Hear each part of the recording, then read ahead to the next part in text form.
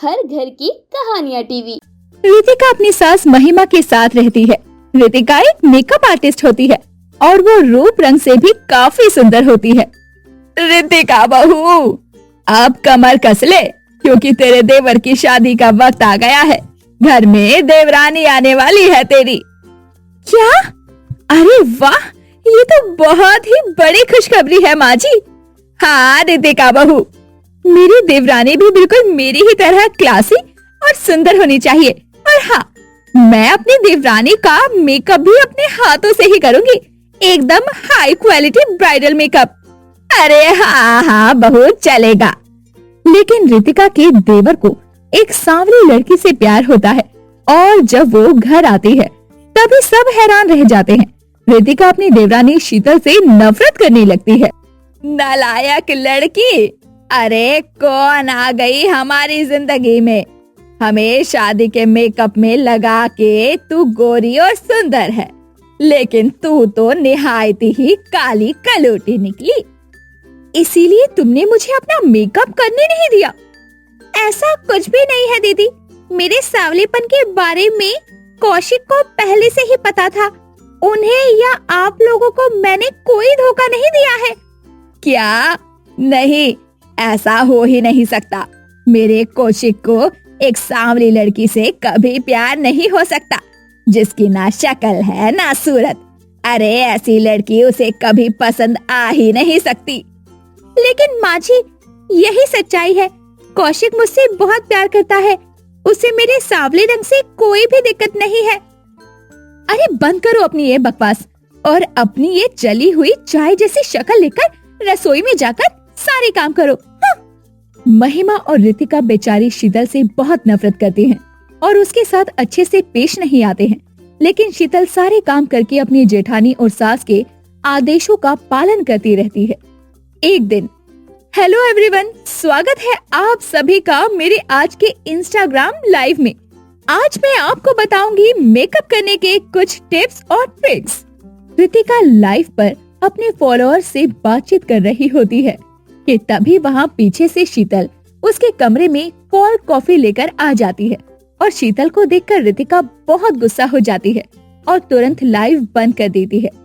शीतल, तुम अपनी सारी अकल कहीं बेच कर आई हो क्या? अरे कल्लो, तुम्हें मैंने 1000 बार कहा है कि मेरे कमरे में आने से पहले दरवाजा खटखटाया करो, लेकिन नहीं, तुम्हारे कानपुर में तो हड़ताल मची हुई है ना। काली सांवली कोयली कहीं की। मुझे माफ कर दीजिए दीदी, मुझे लगा कि आप बस। शट अप और जल्दी से ये कोल्ड कॉफी यहाँ रखो और चली जाओ। मेरे लाइव में अपनी काली सड़ी हुई बदसूरत शक्ल लाकर तुमने पहले ही मेरा दिमाग खराब कर दिया है। ठीक है दीदी। बेचारी शीतल कोल्ड कॉफी की ट्रे वहाँ टेबल पर रखकर चली जाती है। ऐसे ही सास बहू महिमा और रितिका दोनों उस बेचारी के सांवले रंग का मजाक उड़ाया करती और उसका खूब तिरस्कार करती। फिर एक दिन जब महिमा और रितिका दोनों सज सवर कर पड़ोस की बीना की बेटी की शादी में जाने को निकल रहे होते हैं, तभी माँ जी, दीदी, मैं भी आऊंगी बीना काकी की बेटी की शादी में। अरे चुप कर बेवकूफ, तुझे वहाँ ले जाने के लिए मुझे और रितिका को किसी पागल कुत्ते ने नहीं काटा है, समझी तुम जैसी बदसूरत लड़की को हम हमारे साथ लेकर जाएंगे तो लोग हमारा मजाक उड़ाएंगे। एक तो देवर जी ने पहले ही तुम्हें यहाँ लाकर सबसे बड़ी गलती कर दी है। अब तुम्हें बाहर अपने साथ ले जाकर हम गलती नहीं करना चाहते। एकदम सही कह रही है ये रितिका बहू। चल चल, सारे काम निपटा ले, हम तब तक शादी में जाकर आते हैं। ठीक है माँ जी। शीतल घर रहकर सारे काम करती है और वहीं रितिका और महिमा दोनों शादी में घूम कर आते हैं। इस कारण शीतल को बहुत दुख होता है। शीतल अपने सांवले रंग को आईने में देखकर रोती। क्यों भगवान जी, क्यों? क्या बिगाड़ा था मैंने किसी का जो मुझे इतना बदसूरत बनाया? मैंने तो हर किसी के साथ अच्छे से ही व्यवहार किया, अच्छे से रही, हर किसी को इतना प्यार करती हूँ, फिर भी सब मुझसे इतनी नफरत क्यों करते हैं? शीतल बहुत रोती है। सारे काम शीतल ही करती रहती है और जेठानी रितिका दिन रात बस आराम फरमाती रहती है। एक दिन जब शीतल रितिका का गाउन धो रही होती है, तभी वो गाउन बाकी रंग बिरंगे कपड़ों के साथ धोने की वजह से खराब हो जाता है। और जब रितिका को ये बात पता चलती है तो वो बहुत गुस्सा हो जाती है। शीतल, तुम्हारी अकल सच में घास चरने गई है क्या? इडियट कहीं की, तुम्हारी वजह से ये मेरा इतना महंगा गाउन जो मुझे कल अपनी फ्रेंड की बर्थडे की पार्टी में पहनना था, वो खराब हो गया। लेकिन दीदी, मैंने जो कुछ भी किया वो जानबूझकर नहीं किया। गलती से ड्रेस बाकी कपड़ों के साथ धुलने की वजह से खराब हो गई। मुझे माफ कर दीजिए। अरे हाँ, हर बार तू ऐसे ही गलती करती है और फिर अपनी सड़ी हुई शक्ल लेकर माफी मांगने आती है। मुझे तो कुछ समझ ही नहीं आता है तेरा बहू। ये तुम्हारी आखिरी गलती है शीतल। अगर आइंदा से तुमने कोई गलती की तो मैं तुम्हें बख्शूंगी नहीं।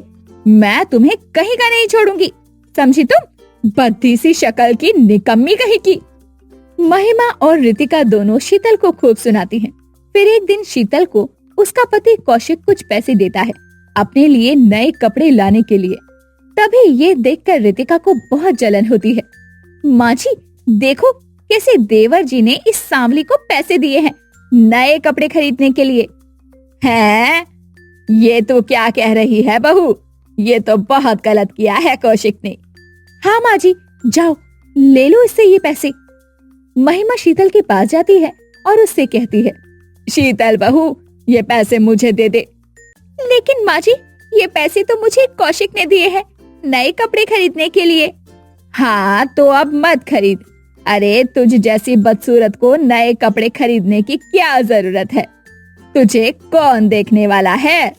और वैसे भी तुम अपने इस सड़े हुए चेहरे पर चाहे दुनिया भर का मेकअप थोप लो, चाहे मनीष मल्होत्रा का महंगा लहंगा पहन लो, फिर भी तुम उतनी ही बदसूरत दिखोगी, समझी तुम? चल अब जा यहाँ से। यूं मुंह क्या ताड़ रही है हमारा? ज्यादा घूर मत, वरना तेरी आंखें निकाल कर गोटियां खेलूंगी मैं। शीतल उदास होकर वहाँ से चली जाती है। वो अपना दर्द किसी के साथ नहीं बांटती है और हर वक्त बस अकेली ही रोती रहती है। ऐसे ही एक दिन महिमा और रितिका दोनों अखबार में इश्तेहार पढ़ती हैं। वाह माँ जी, ये देखो हमारे शहर में इस सास बहू का फैशन शो कंपटीशन होने जा रहा है, जिसमें सबसे सुंदर सास बहू की जोड़ी को मिलेंगे पूरे 5 लाख रुपए, वो भी इनाम के तौर पर। अरे वाह वाह वाह, क्या बात है रितिका बहू। फिर तो हम दोनों को इस कंपटीशन में जरूर हिस्सा लेना चाहिए, क्योंकि हम दोनों जितने सुंदर सास बहू की जोड़ी और किसी की हो ही नहीं सकती। हाँ माँ जी, ये बात तो आपने बिल्कुल सही कही है। हम दोनों फैशन शो में रैंप वॉक करके स्टेज पर आग लगा देंगे और सबको अपनी खूबसूरती से जलाकर राख कर देंगे। अरे हाँ बहू, चल आज से ही सारी तैयारियां शुरू कर देते हैं। हमें किसी भी हाल में वो 5 लाख रुपए का इनाम जीत कर ही रहना है। हाँ माँ जी। रितिका और महिमा दोनों घर में ही रैंप वॉक की प्रैक्टिस करने लगती हैं। और तो और वो दोनों फैशन शो के लिए नए कपड़े भी फाइनल कर देती हैं। फैशन शो के एक दिन पहले जब दोनों सास बहू अपने चेहरे पर एक क्रीम लगाती हैं, तो उसे लगाने के बाद अगली सुबह उठने पर दोनों के चेहरों पर काले दाग आ जाते हैं और अपनी शक्लों को आईनों में देखकर वो दोनों जोर से चिल्ला पड़ती हैं। नहीं, ये क्या हो गया? अरे ये क्या हो गया? बहू, ये क्रीम लगाने से हमारा चेहरा इतना खराब कैसे हो गया? मुझे भी कुछ समझ नहीं आ रहा है माँ जी। लगता है ये क्रीम फेस पर लगाने वाली क्रीम नहीं थी, मैंने गलत क्रीम ला दी है। अब हम क्या करेंगे? शाम को फैशन शो कंपटीशन है। तभी अपनी सास और जेठानी को इतनी परेशानी में देखकर शीतल फौरन कुछ पत्तों का एक लेप बनाती है और वो जाकर महिमा और रितिका को देते हुए कहती है, ये लीजिए, इस लेप को लगा लीजिए। इससे 3-4 घंटों में आप दोनों का चेहरा ठीक हो जाएगा, मेरा विश्वास कीजिए। क्या तुम सच कह रही हो? और अगर ऐसा नहीं हुआ तो? ऐसा ही होगा। आप दोनों आंखें बंद करके मुझ पर भरोसा कर सकते हैं और ये अपने चेहरे पर लगा सकते हैं। रितिका और महिमा दोनों उस लेप को अपने चेहरे पर लगाते हैं, जिससे वाकई में 3-4 घंटे के बाद उनका चेहरा फिर से ठीक हो जाता है और तभी उन्हें अपने किए पर काफी शर्मिंदगी महसूस होती है। शीतल, हमें माफ कर दो, हमने तुम्हारे साथ इतना गलत किया, उसके बावजूद भी तुमने हमारी मदद की और हमें इस मुसीबत से बाहर निकाला। हमने तेरे सांवलेपन का इतना तिरस्कार किया, लेकिन आज हमें इस बात का एहसास हो चुका है शीतल बहू कि बाहरी खूबसूरती का कुछ भी नहीं होता है। असली खूबसूरती तो अंदर से होती है, जैसे कि तुम्हारी है। तुम्हारा मन सुंदर है, इसलिए तुम दुनिया की सबसे सुंदर लड़की हो। हमने तुम्हारे साथ जो भी किया है उसके लिए हम माफी के लायक तो नहीं है, लेकिन तुम हमें अपनी बड़ी बहन और माँ समझकर माफ कर सकती हो। हमें अपनी गलतियां सुधारने का एक मौका दे दो शीतल, प्लीज बहना।